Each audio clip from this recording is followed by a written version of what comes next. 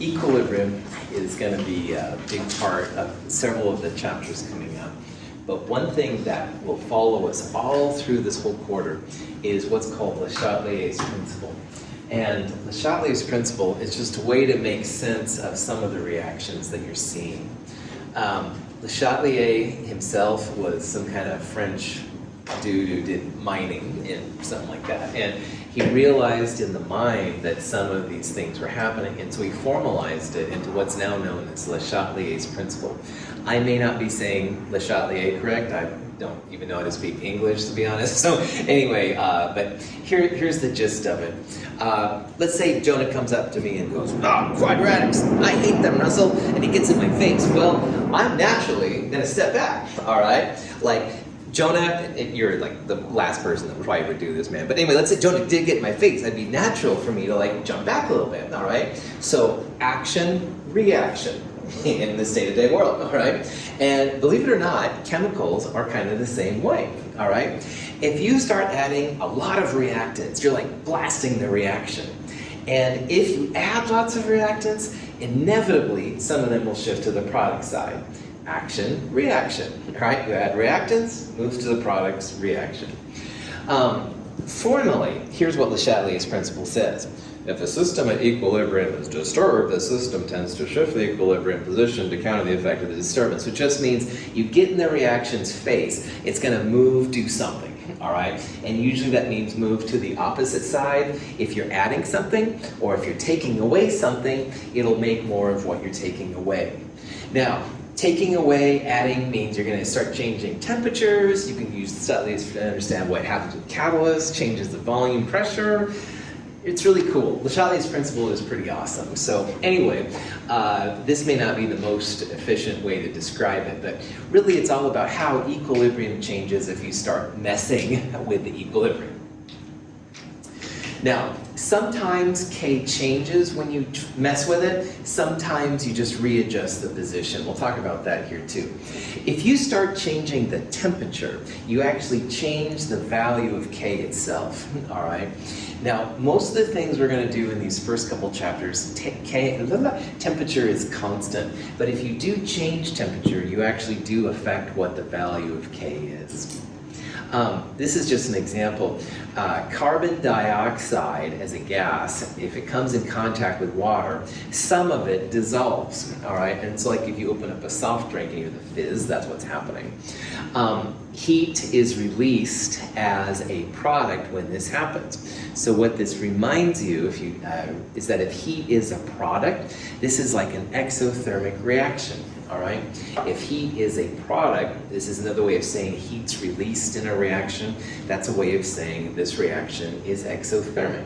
If heat would have been a reactant, then we would have said it was an endothermic reaction, which means heat needs to be added to make this reaction happen. But in this reaction, this is exothermic, all right? Heat's being released. So, because heat's being released, if we started to cool it down, like you cool down a soft drink, cooling a reaction down is like taking away heat. And if you take away something, the reaction generally tends to move to the side that you take it away. So if you cool something down, that's like pulling the heat out. It's like pulling one of the products out. And all of a sudden this equilibrium goes, wait a minute, where's all the heat? So it's getting cold. The reaction's going to try and heat itself up by making more heat, which means it's going to shift to the other side to make it warmer. So in this case, if you lower the temperature, it's like lowering the heat. And the reaction's cold, it's going to try and heat itself up. It's going to move to the product side. You're going to have a larger value of K. So as you lower the temperature, your temperature goes down, K goes up. You're removing heat. It's like taking away a product. It's making the reaction cold. It wants to shiver and warm itself up. So it's going to try and make more heat. It's going to move reactants to the product side. And if you do that, this is a true change in K down here. You would end up with more dissolved CO2 and less pure CO2. So people usually drink soft drinks at colder temperatures, beers and pops and stuff like that. colder temperatures, you end up with a higher amount of dissolved carbon dioxide. If you heat it up, take it out of the thing and open it up, all of a sudden the CO2 escapes and stuff like that from it. If you were to increase the temperature, now you're making the reaction hot, all right? And this reaction, if it gets hot, it's gonna say, whoa, I don't need all this heat around. It's gonna try and shift away from the heat, all right? So if you increase the temperature, you're gonna see the reaction shifting to the left side. It's gonna try and cool itself down now. And if it's doing that, shifting to the left side, that means you're going to have more reactants, less products. K goes down. So, no, go ahead. So, in theory, considering a soft drink, if a soft drink had gone flat after sitting out in the heat for a long time, right, and you put it back in the fridge without any of the CO2 escaping from opening the bottle, theoretically it would be fizzy again? Well, if you let it go flat, then all the CO2 that was dissolved in it has escaped as a gas, all right? So it wouldn't go flat if you wouldn't go flat if it wasn't open. Right, that's right. Now, that being said, diffusion is something that happens, Juliana, with gases anytime. They can make almost any kind of container and some gas will escape. So if you have a really old container of Coke or something like that, it might also be flat just because of the natural diffusion of the gas outside, all right? But yeah, totally. Good, excellent. That's kind of what I was alluding to in this question, so good. Other questions on that? Cool observation. Notice how I used adding heat, taking away heat to understand this. This, I think, helps a lot. So if you decrease the temperature, it's like you're taking away the heat. And if you take away something, like heat, the reaction shifts to the side with the heat. It tries to make more heat. On the other hand, if you increase the temperature, that's like adding heat. And if you add something, you move to the opposite side. So here's going to be kind of a zero-level punchline of what Le Chatelier's is all about. If you take it away, the reaction will shift to the side of wherever you took it away from. We took away heat, we're going to shift it to the side with the heat. You add the heat, which is what happens if you increase the temperature. Adding something makes it shift to the opposite side. So you add heat, it moves to the other side. Take away heat, it moves to the side with the heat. All right? That's something we'll kind of see here as we go through these different examples. Now these examples, you're actually changing K. All right? So if you had a K of 55 here, and you increase the K, maybe now the new K would be like 100. All right? Down here, maybe K, if it goes down, K would be like 10. All right? So you're literally changing the value of K in these examples. Most of what we do, though, the Ks don't change that much. Oh, this is the N2O4, NO2 example. Now remember, NO2 is that nasty brown gas that almost killed your instructor. All right, a little dramatic there. It didn't really kill me. I wasn't even affected. But anyway, in theory, it could have, man. Anyway, here's the brown gas and the colorless gas at equilibrium. Now, this is an endothermic reaction. Heat's a reactant. And this little delta H thing is how chemists measure energy. This is enthalpy. And if enthalpy delta H is a positive number, that means it's endothermic. If delta H was a negative number, that means exothermic, and heat would be a product. So look at these values right here. K sub C 0.00077, and here it's 0.00. So K is getting bigger as you go up in temperature. It went from a 10 to the minus 4 to a 10 to the minus 3. So K here is actually increasing as temperature goes up.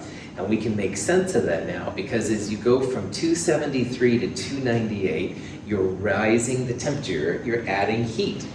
And if you add heat, add anything, it's going to shift to the opposite side. More product, less reactant, K gets bigger. Now, what I did, it was a lot of energy. K was much higher than 298 because I was so stupid to not let it soak. But anyway, lots and lots and lots of NO2 came out and stuff because there was so much energy. It was cool. In a sealed flask, we have a mixture of dinitrogen tetroxide, a colorless gas, with the brown gas, nitrogen dioxide.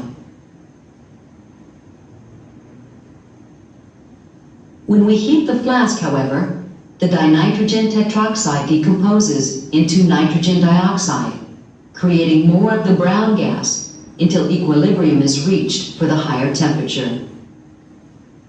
So as you raise the temperature here, you'd see more and more and more brown color. All right, more and more NO2 being made. As you decrease the temperature, you'd see less and less of the brown color as you get to more of the colorless N2O4. So that's kind of how you can justify some of these things by just looking at the reaction. And you have to know if they're endo or exothermic, stuff like that. This is also a good reminder about what endo and exothermic means. Delta H, again, is enthalpy. All right, and enthalpy is just the way that chemists measure energy. This reaction is positive 57.2 kilojoules. Positive delta H's mean endothermic, so heat has to be added in to make them happen. In the last example, we had an exothermic reaction. We knew that because heat wasn't a reactant, it was a product. And if we would have measured that delta H, it would have been a negative number. Any questions on that? Everybody cool?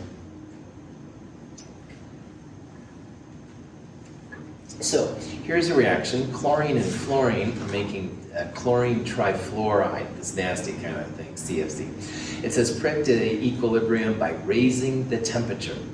Now, this reaction is exothermic. Heat is a product, all right? And if you raise the temperature, it's like you're adding heat to the reaction. So if you add heat, just like if we had a hot day, we'd get too hot, we'd take a coat off or whatever, all right? Well, this reaction says, wow, I'm getting hot because all this heat's being added. I'm going to try and use up some of the heat and make more reactants. So in this case, if you add more heat, the reaction should shift to this side. It's trying to get away from the hot side now.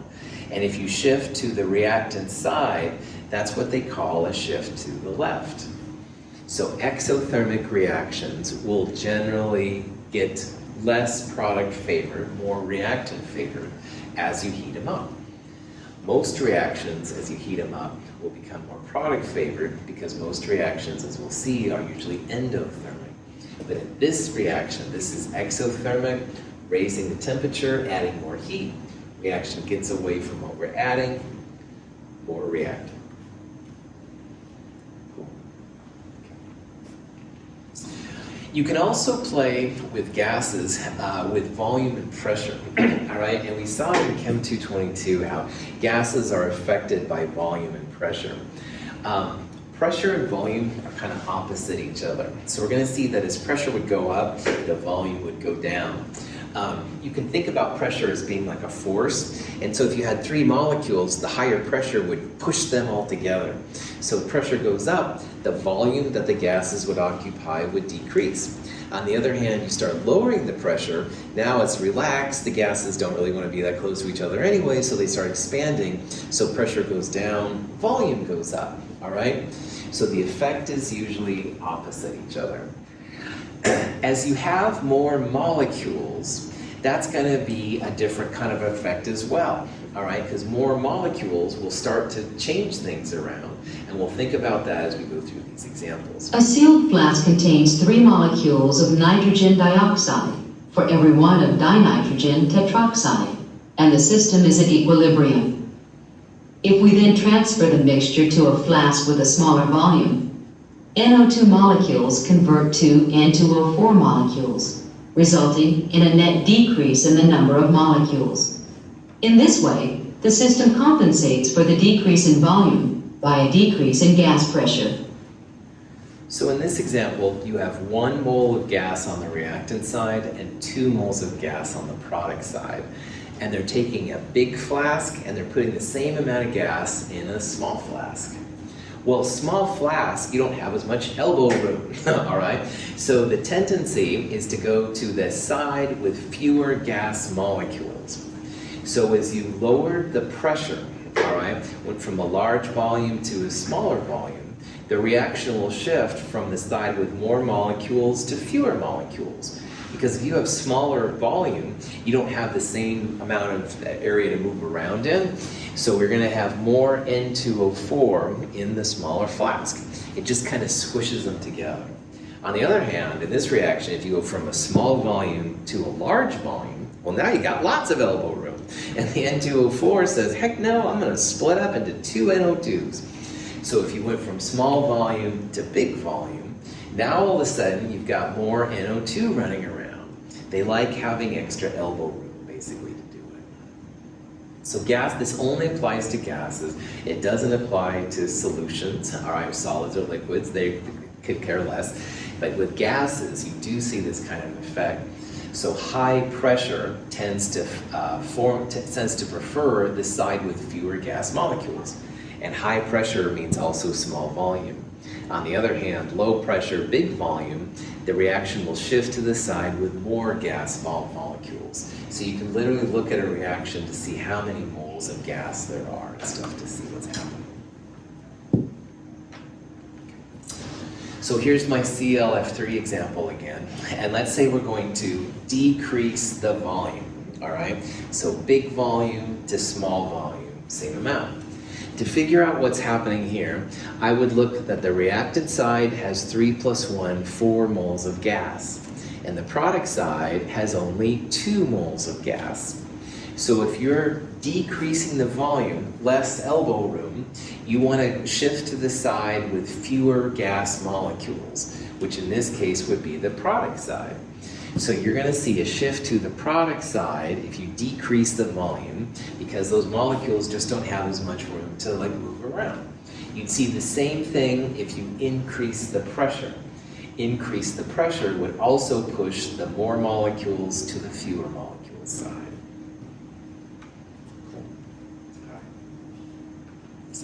Now, if you add a catalyst, you don't change K, but it does, just to remind you that a catalyst does make a reaction go faster.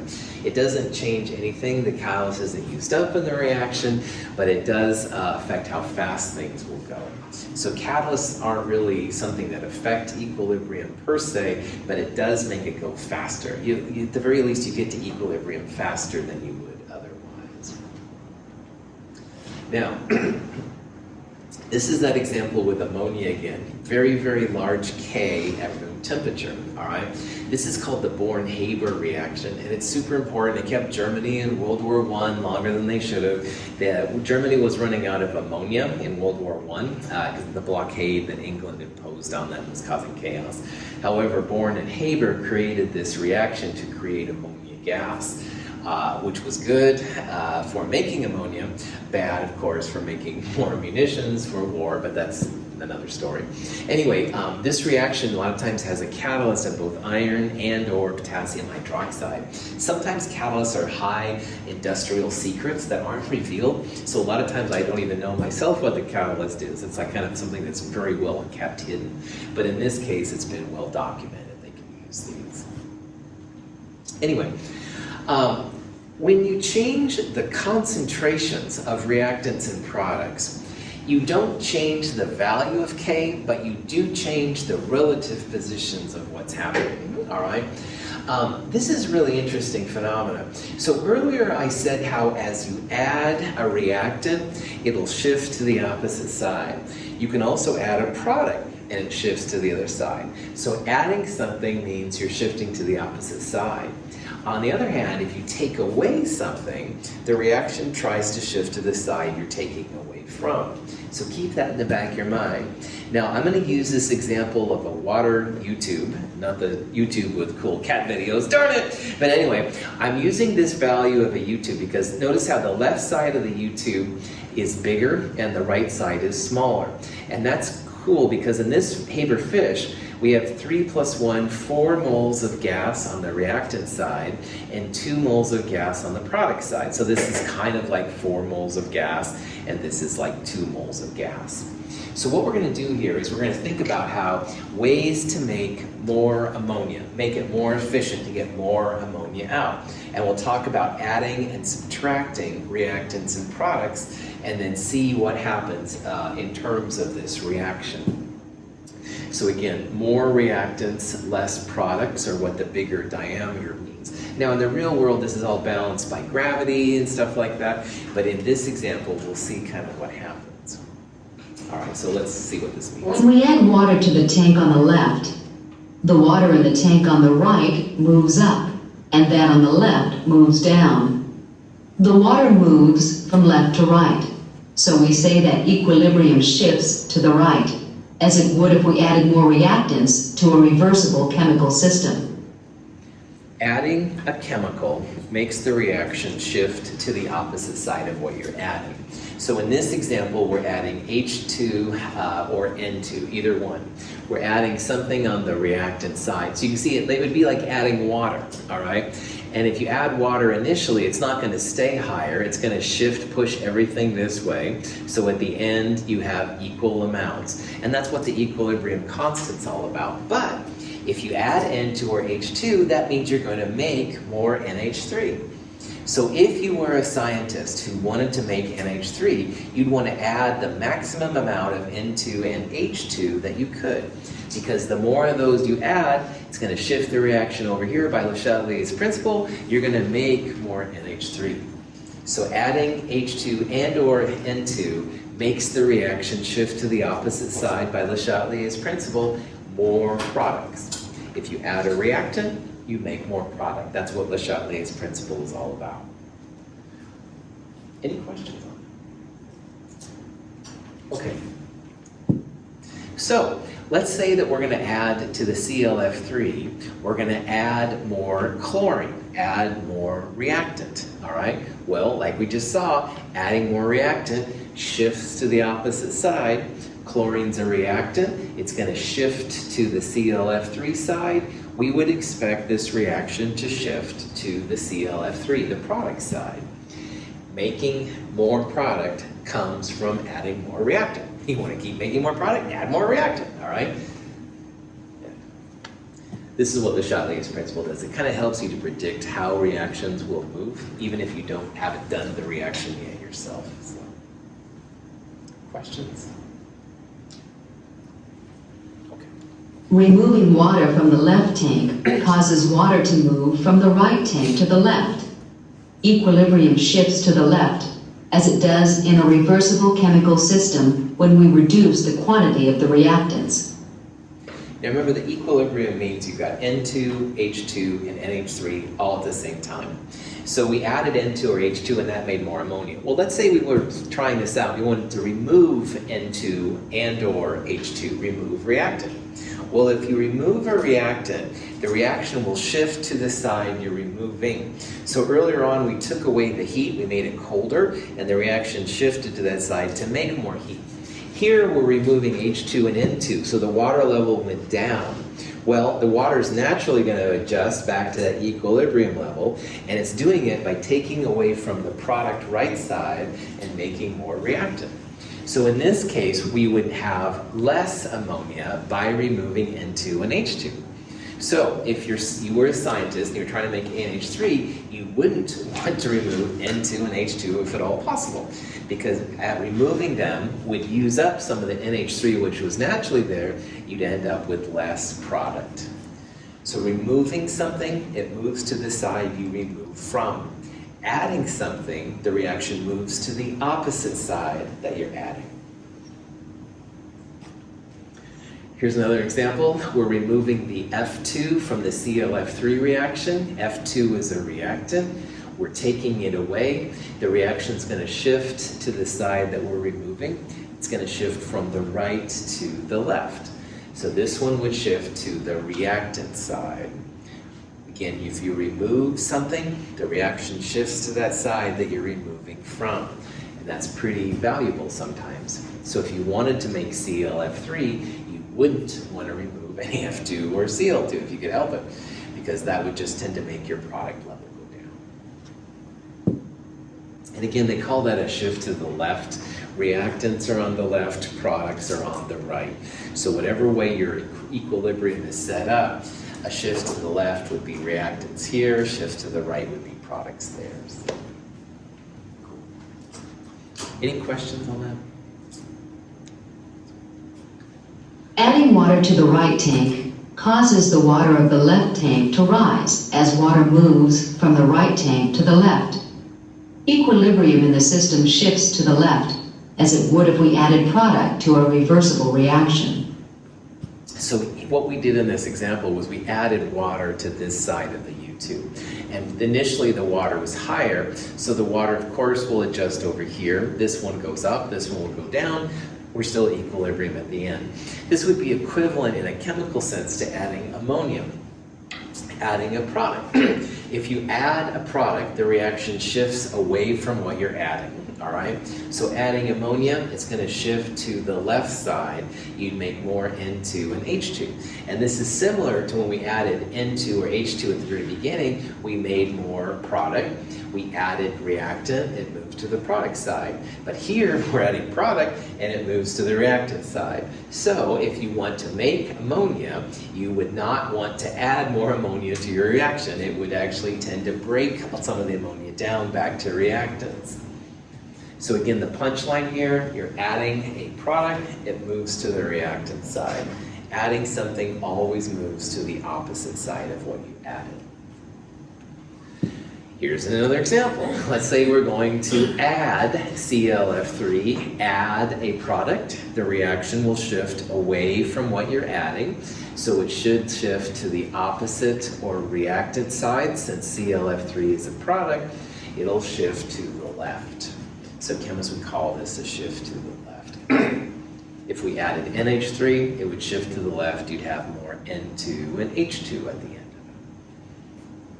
it. So far, if you're the NH3 making chemist, you would want to add as much reactant as possible, but you wouldn't want to remove reactant, and you wouldn't want to add NH3. That would tend to make less ammonia. Removing water from the right tank lowers the water level of the left tank as water moves from left to right to regain an equilibrium. The equilibrium shifts to the right, as it would in a reversible chemical reaction if we subtracted product from the system. So in this case, we took away some of the product, the water level went down, the water adjusted over here, so we still had equilibrium at the end of the day. And this is equivalent to taking away a product. If you take away something, the reaction tends to shift to where you took it away. It tries to fill it back in again. So in this case, we took ammonia away, more N2 and H2 went over here to this side. So what we're seeing here, that if you are the ammonia chemist and you need to make all the ammonia you can, the two things you'd like to do is you'd like to first of all take away the NH3 as fast as you make it, because the reaction will keep trying to shift it to the product side to compensate for you taking away the ammonia.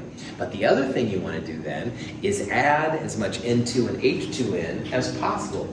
Adding reactant shifts to the product. Taking away product shifts to the product. Those are the ways you can really maximize the efficiency, if you will, of this kind of reaction. So,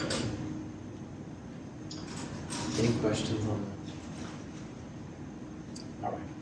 All right. Let's go back to the isobutane-butane equilibrium we saw earlier. Now, isobutane is a little bit higher concentration than butane. This is a product favored K. So here's a problem. We're starting with an isobutane concentration 1.25 and a butane of 0.25. Now I'm going to let you know that 1.25 divided by 0.5 is 2.50. So what that means is that initially we have a system at equilibrium. But now we're going to add some butane to it. So if we have a system here at equilibrium and we start adding a reactant butane, will this reaction, do you predict, shift to the right product side, or will it shift to the left reactant side? To the right product side. If you add something, the reaction always shifts to the opposite side. So in this problem, we're adding butane, which is a reactant. If you add a reactant, the reaction will shift to the product side. So in this problem, we're going to initially have this system equilibrium, and we're adding butane. So now this is going to shift the reaction to the product side.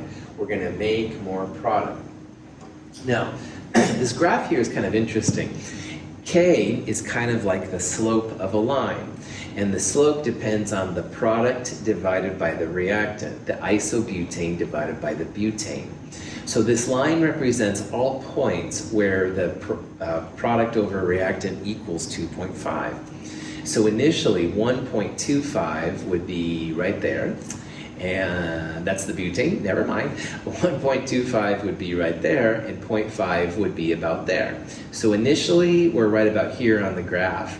And it's going to show you how as you add butane, initially you go way out here, but then the reaction will shift back to equilibrium once things settle. It's basically showing why it shifts back to the iso product. Butane and isobutane can interconvert to reach a dynamic equilibrium. The graph shows the equilibrium line. If we add butane to the system, the equilibrium is disturbed, and the butane reacts to form isobutane until the equilibrium is reestablished. So what this again shows, initially about 1.25 iso and 0.5 butane, roughly. And 1.25 over 0.5 is 2.500 on that line. However, if you add 1.50, now you have 1.50 plus 0.5, you now have 2.0 molar butane. You're not at equilibrium. So this is one of those places where now Q is not the same. Like what your conditions are, that hasn't settled yet, you're not at equilibrium. But because you added more reactant, more butane, we expect the reaction to shift to the product side. And we'll see here in a little bit, that's exactly what happens. Your product side now will be larger. You have more products as you add more reactants. So if all that is as clear as mud, here's what you want to do. First of all, let's figure out what Q is when you add the 1.50 molar of extra butane. So Q, iso over butane, products over reactants.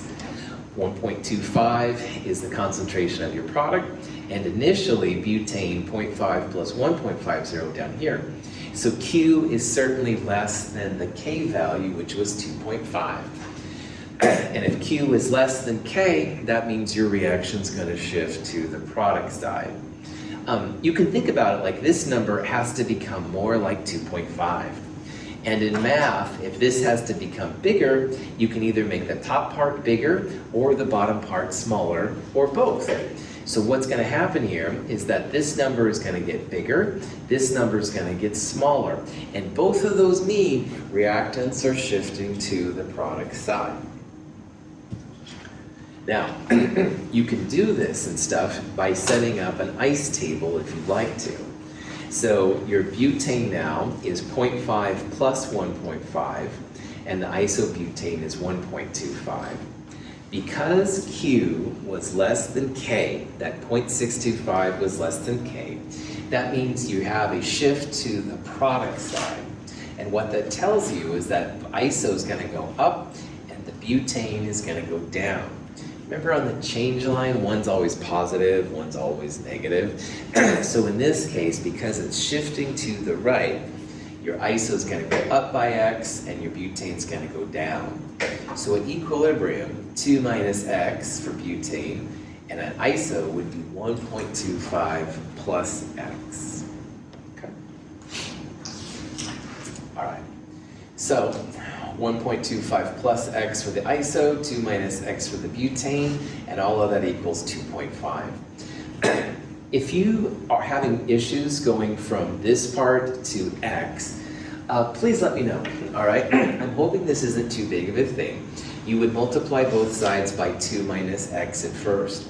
So you'd have 2.50 times parentheses 2 minus x.